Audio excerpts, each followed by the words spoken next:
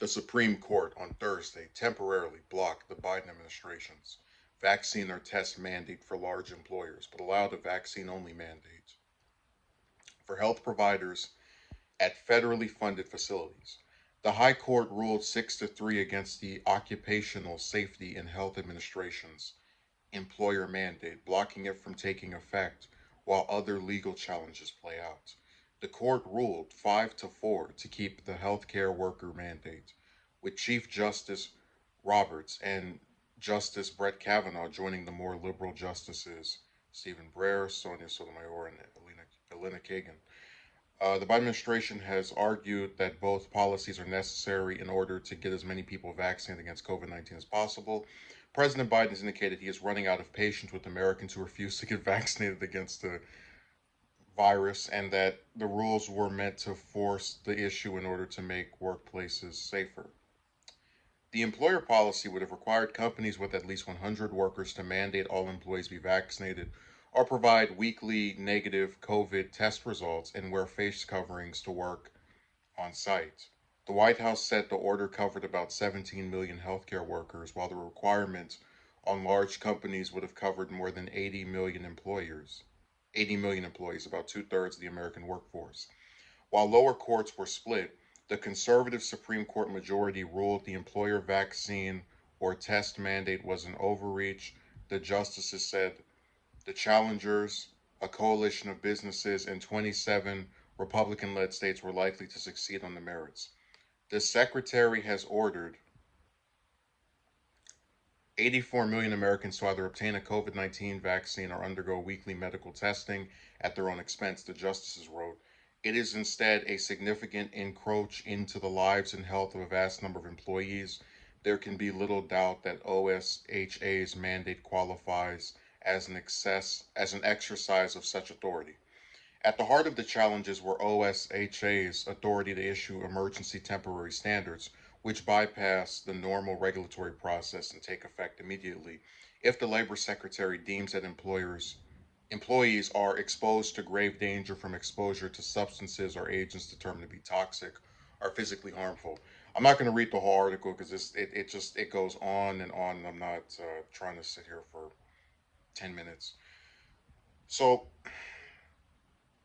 I would say that this is a policy I mostly agree with. The only part I'm kind of a little iffy on is where he says, uh, where is it? The employer policy requires so um, mandating all employees to be vaccinated.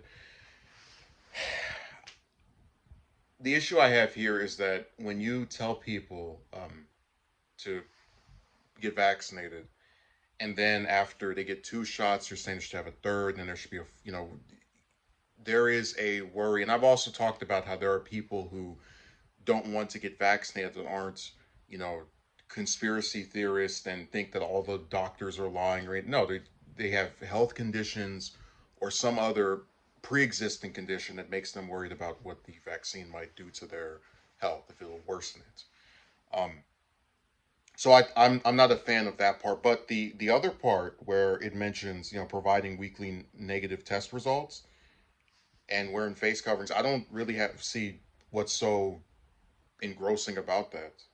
Um, if you have to take a test to prove you don't have a disease that can be caught around, I don't really get the problem. And there are plenty of people who don't have the vaccine who didn't get it that still didn't end up getting the virus. So I think if that part wasn't it, I'd be a lot more open to fully, I guess, embracing it. And I think the Supreme Court was going to be opposed to this no matter what, because you've had a lot of conservatives that have doubted the validity of the disease. Um, so it's not surprising that a Supreme Court of mostly conservatives would turn down a proposal like this. I can't wait for someone to come on here and say, oh, this would have never happened if Trump didn't get elected 5 years ago. It's like, guys, there's a lot of other people and things to blame for why this happened. Like,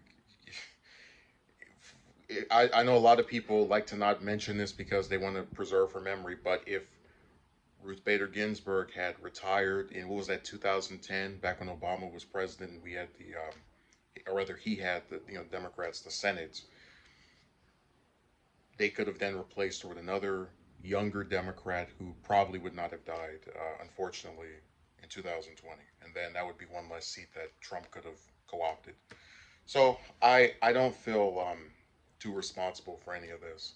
I think this is something that was very predictable, and it's just another result of having to change courses.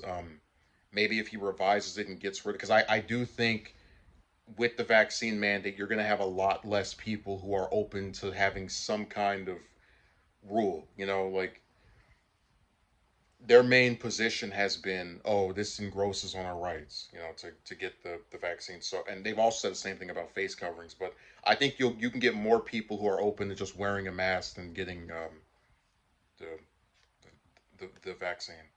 I keep wanting to call it something else, but I keep remembering I don't want to get in too much trouble. So it's not too surprising of a story. It's definitely a blow to Biden because this is one of his big proposals. But if he just changes it around and I guess just accepts that there are a lot of people who are not going to get this, and the Supreme Court kind of has a point about if you make it to where people have to get this in order to be employed somewhere, it's not going to have the best results.